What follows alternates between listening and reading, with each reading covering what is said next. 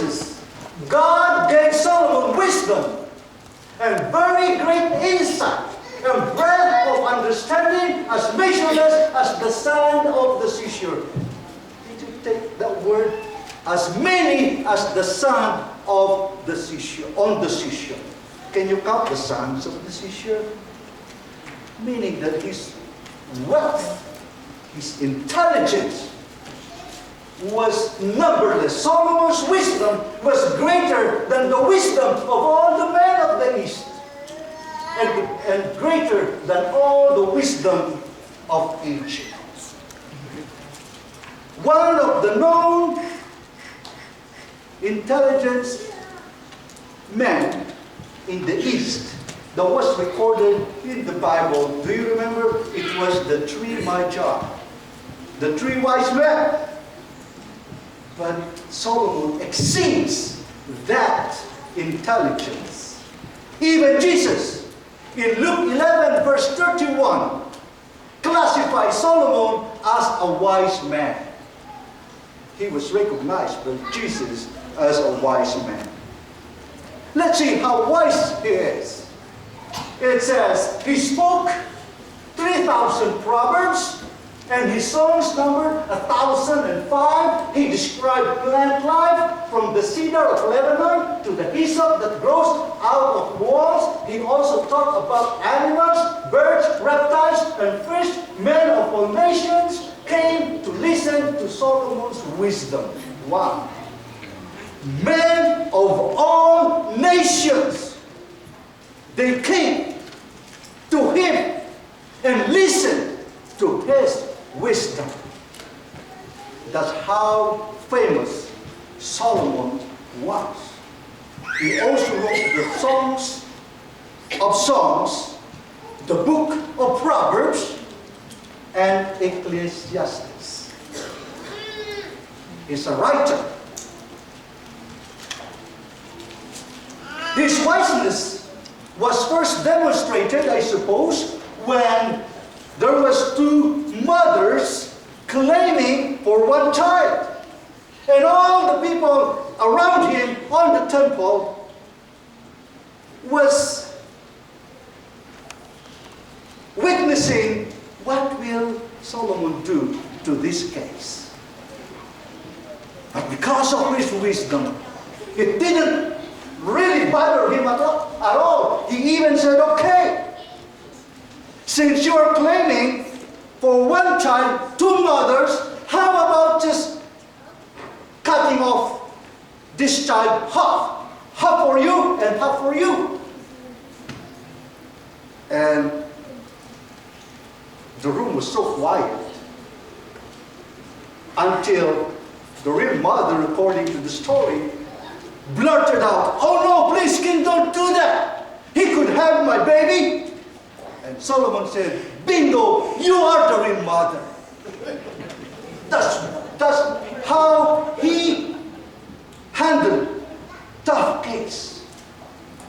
And this story, by the way, is found in 1 Kings chapter 3, verses 16 through 28. Check it out.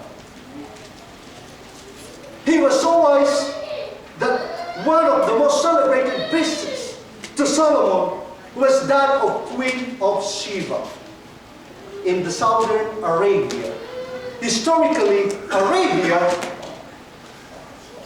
was a country rich in gold, frankincense, and myrrh.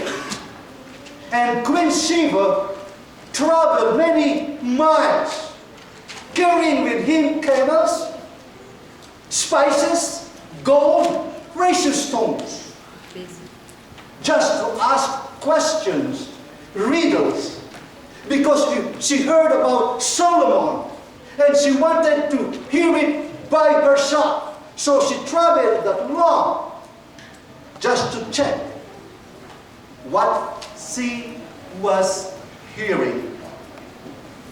The wisdom of Solomon.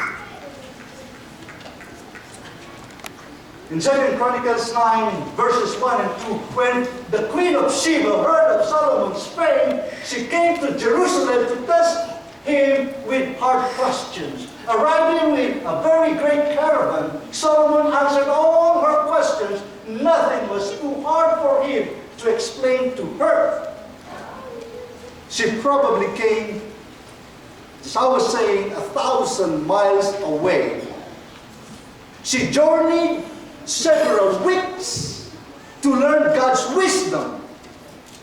And the question is, what was the tuition cost? What did she pay? She paid 9,000 pounds of gold. That's a lot of money. Do you have any idea how much value 9,000 pounds of gold would be? It's more than money in my pocket.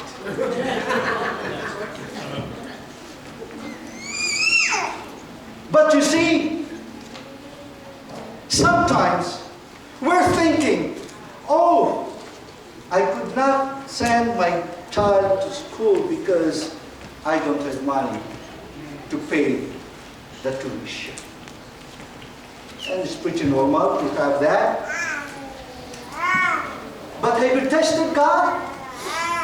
Have you talked to God? God, I want to send my child to church school, but I don't have the means, I don't have the money. I remember when we were just getting settled here in the United States.